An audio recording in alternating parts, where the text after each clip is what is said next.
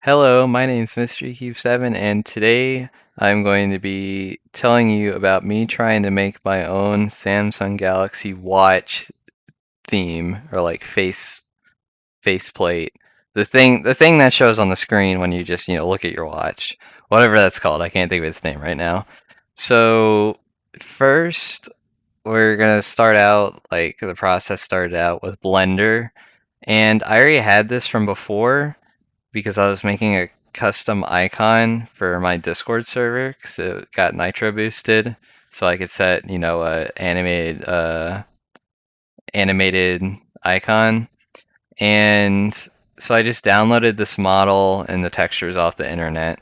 I didn't make them. I didn't rip them straight from the game, but it's from 3D World. And I just threw it in the blender, got the camera, got the light. Pretty simple, and I just have it running a simple animation uh, that is just, here, we'll start at 0, and then I guess space to play. It just spins, that's it. Pretty simple. Does it for 360 frames. Does a complete circle. I think it does a loop somewhere, but whatever. So I just rendered that into pictures, like, how you would do in Blender. So then I go over to Galaxy Watch Studio, and I installed this, obviously, set it all up. I have the animation, which is obviously all the frames, and you can see it like the preview over here of it rotating. I mean, it only does a max of 15 frames a second because it's a watch. You don't really need more. And then because there's a transparent background, I just threw this orange color in, and this is the orange from the question mark block from the original Super Mario Bros. And I just have a digital clock here, which I actually think, yep, that needs to be there. Uh, oh boy, it's gonna freeze now. One thing I do not like is this program when you like open a project, save a project, and some other stuff, it freezes. And it's like, come on, why are you frozen? But anyways, yeah, just a simple digital clock, because I like digital clocks better than analog, with the animation in the background. And then I was having the issue of the always on display. It was like, oh, it's too bright. Like the on pixel ratio is too high. So I changed it. It's because of the background, like all the pixels were on. So I just have literally just the digital clock, and that's it. I don't see any reason to really have anything else. So yeah, this is it on. This is the always on display.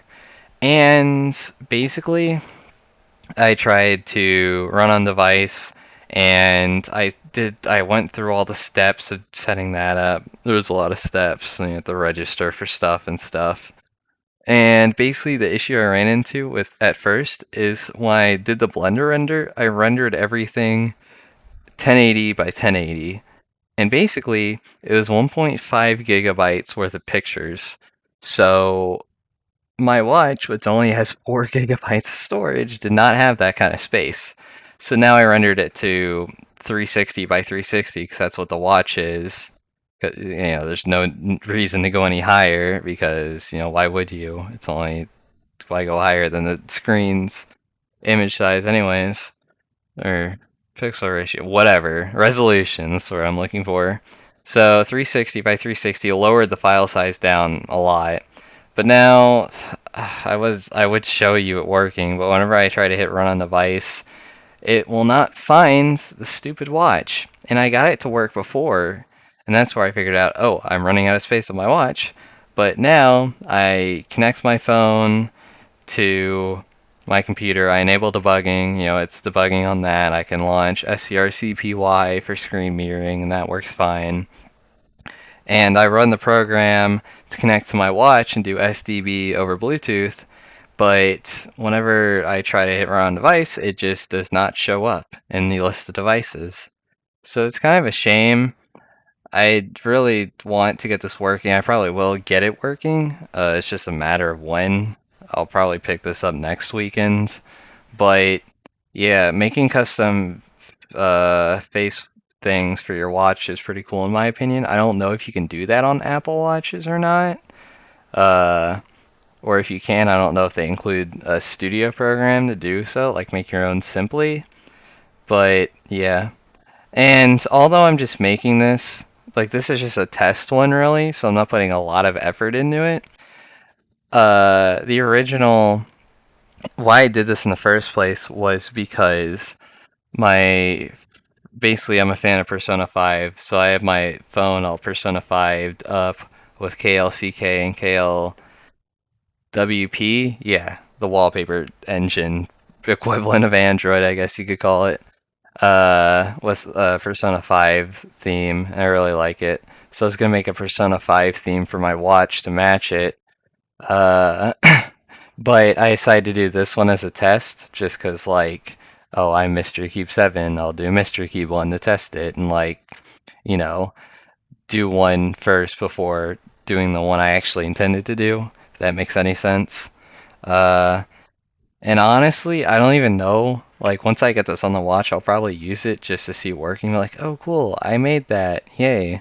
But the Peaks free uh, faceplate thing, I think I'm going to use that instead because that's what I use now.